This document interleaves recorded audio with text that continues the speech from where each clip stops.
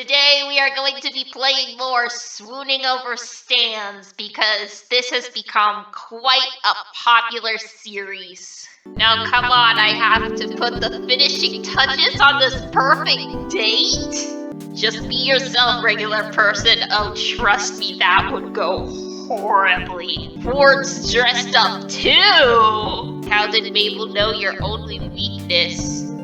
What are you talking about? See, this is what I was saying in the last episode. Regular person is so weak. Oh, look, he's blushing. You make eye contact after examining one another, and you feel your face flush as red as his. Lies. A third of the bouquet are real flowers, another third are pipe cleaner flowers with glittery petals, probably shooting stars doing. And another third are origami lilies. How many paper cuts did you get from these? Quite a lot, unfortunately. Mabel found a tutorial on the line. Online, gruntled Ford, online. Yeah, he's a bit behind. He didn't even know the internet existed until very recently. You carefully scoot the vase to the side until Ford's pink cheeks and nervous expression are visible again. Even if you're certain you look even more pink with embarrassment. You're planning to poison us. Well, somehow I doubt that my great niece and nephew would plot something that sinister. Alright, we have to, actually tolerate the kids. Mabel juice. What's in this? Lots of love and energy. It's what keeps me peppy and adorable. Two things never used to describe myself or anyone other than Mabel. I can change that for you. Ford looks up at you, shocked and stammering. Oh, yes. You garnish your meal with? I'll go with the glitter. Make the kid happy, it'll make Sixer happy. Well, they're now blue and twinkly. The glitter hides the burnt bits and makes the nuggets look a little more fabulous. Why? They're pretty now. Isn't that right, shooting star? Add a little glitter and anything is possible. See? I'm gonna attempt to eat the burnt chicken nugget. You have glitter on your mouth. I do. Where? Ford carefully reaches his arm over the table, wiping the glitter from your bottom lip. Both of you blush at the gentle contact, especially since all the while he's gazing down at your mouth, hopefully thinking the same thing as you. Well, that escalated quickly. He quickly sits back down in his chair and you do the same, avoiding eye contact until your face is turned back from red. Mabel squeals in the corner, clapping her hands together. This would be a lot less awkward if there wasn't a third wheel standing here, just saying. Mabel hops down from her stool and snaps her fingers at the two of you. No canoodling while I'm gone. She leaves you both red-faced and stammering as she skips out the door. Ford turns to you, smiling nervously. Good, the third wheel's gone. Can we take dessert to go? I want to take Ford somewhere on this date. Ooh.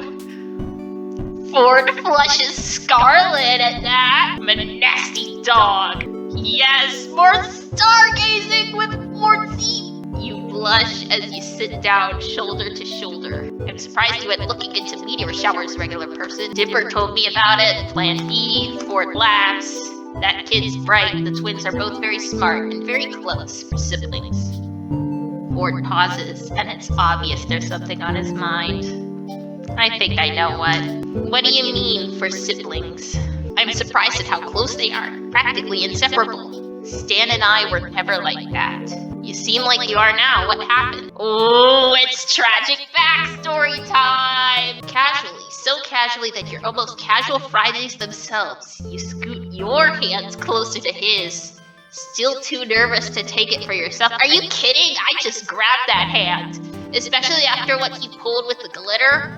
I would take that hand in a heartbeat. What did Stan do? Did something. Oh, there we go. We're getting the lore that we already knew. I pulled off the cloth cover and it was broken. My entire future was ruined. It wasn't until I found the bag of toffee peanuts on the ground that I realized Stan had had something to do with it. It wasn't until I came to Gravity Falls that I saw Stan again and go on. Oh. Of course he has to cut himself off. Honestly, at this point, I'm gonna let him continue. I want him to be emotionally vulnerable. Here we go! We fought, and I hurt him. It wasn't on purpose, but I still hurt him. Then an accident happened, and I lost him again. I didn't see him for another 30 years after that. Well, I'm sure everything's better now, right? I was selfish when I came back. Oh yes, keep it coming! I blamed him for everything. In a way, it was his fault, but he did his best to keep us together. You're right, regular person. I am? Oh, the art style changed again. You are. I never looked at it like that. I never looked at you like that. Wait, what's happening? What did I say? Why, regular person? Stop being all swoony. I know the game is literally called Swooning Over Stands, but I am not swooning over... I'm not. You're kind and caring, if you say so. He suddenly realizes how close you both are, and I've never met anyone as wonderful as you. You bet you haven't. Feelings mutual. I think since he wanted to kiss me earlier, I'm gonna go for a kiss on the cheek. You cup his cheek in the palm of your hand, duck to the other side of his face, and gently press your lips to his cheek. His cheeks both flush pink, and you can feel the warmth under your fingertips. Wow. Better than the burnt chicken nuggets? Ford snorts, resting his forehead against yours. Far better, unbelievably better. Tell me more. I wanted to say thank you for tonight, for being there for me. See, this is the fastest way to form an emotional bond with someone, is to get them to be emotionally vulnerable with you. And then when they're sort of like falling, just catch them. And then they will feel safe with you, and they will love you. Manipulation 101. Hopefully we can have more dates like this. Ford flushes red at the mere mention of a date, which is so adorable you start laughing. We shall definitely have to engage in more of these dates. With you and myself dating. Oh look, he's so awkward. You smile at him, his blush further spreads to the tips of his ears. He exhales, tugging at his collar. Well, if I get to see you smile like that again, then I'd be happy to have more dates.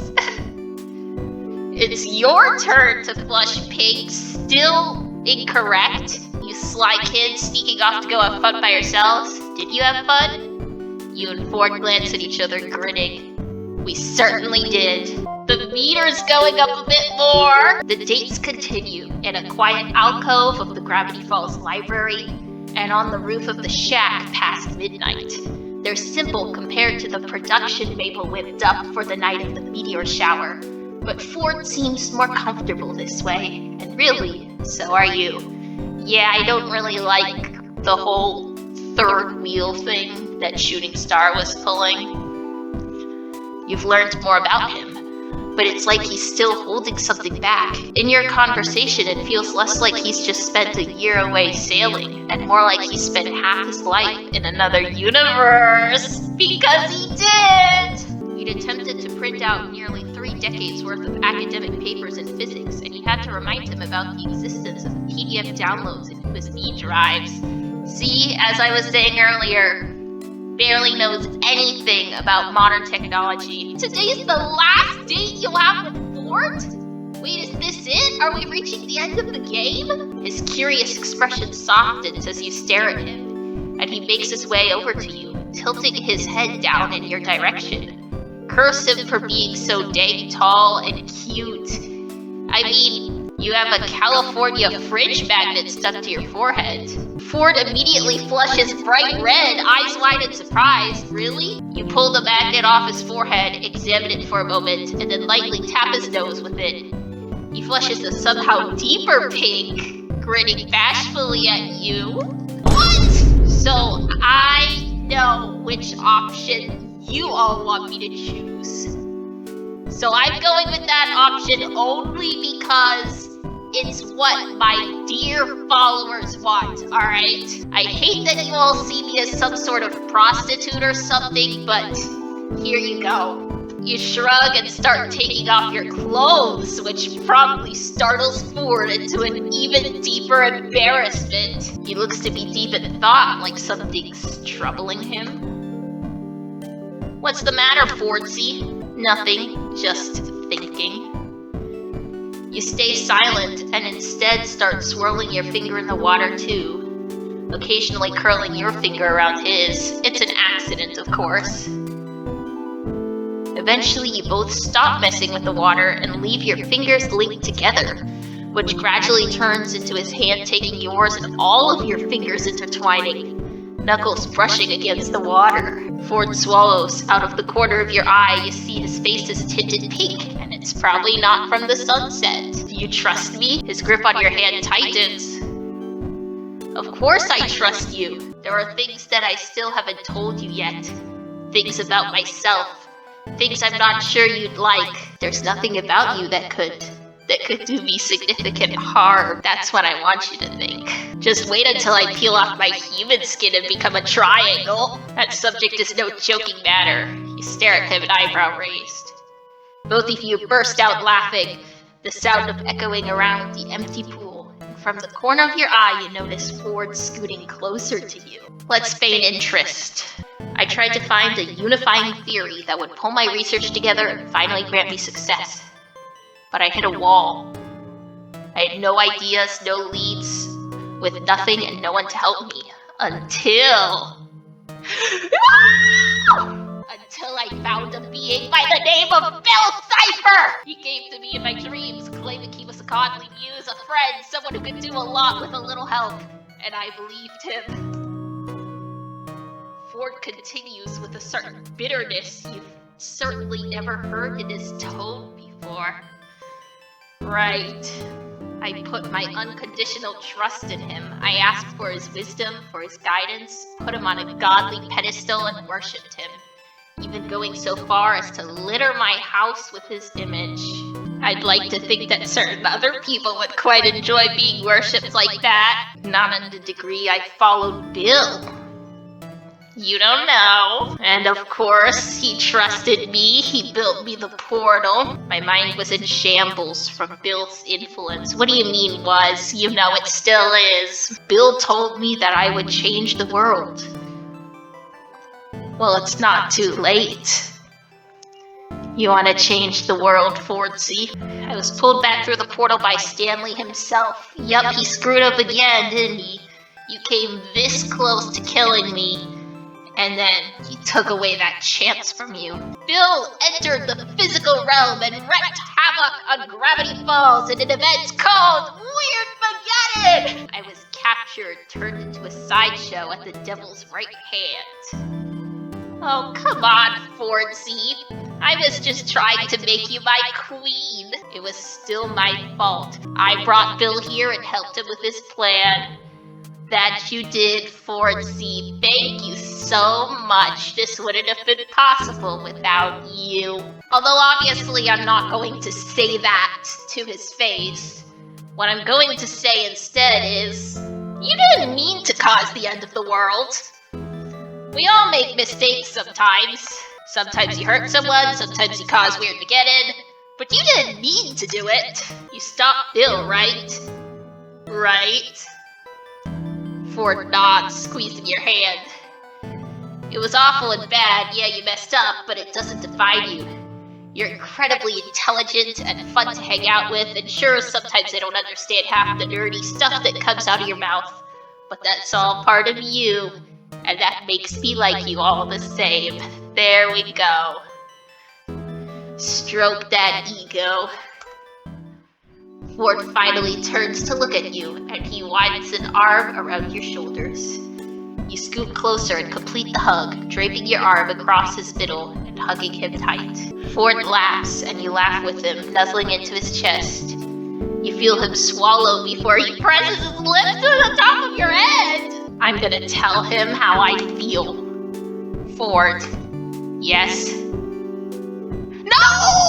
No! Sunlight starting to bleed between the pine trees as the sun sets on your last night in Gravity Falls! And the meter went down again? Is that it? It's your last day in Gravity Falls! That's it? It just ends like that? I was expecting, like, I don't know, a little bit more? Well, I guess this is goodbye then. And thanks to all of you for everything. It's been unforgettable. A gift from Shooting Star. I don't know what it is, but it's from me too. And me. And Pine Tree too. You're about to pull at the ribbons, but Mabel chides you. You have to open it after you leave. Oh, come on. Regular person, wait. One last moment of alone time with Fordsy. Regular person, I've never been great at relationships. In college, I ruined what chances I had. And anything after that is best left forgotten. Oh, I think I know what you mean by anything after that. But I think I want to try this with you, regular person. If you'll have me. I want this too. I think this'll work, and I want to keep in touch, Ford. Ford hands you a folded piece of paper with parts of his cursive peeking from its folds. You almost start to unfold it before he places his hand over yours. You can send me a letter. This one's just to start us off. He wrote a letter? You look at him and feel desire. Kiss, kiss, kiss, kiss! Finally! Oh, on the cheek again?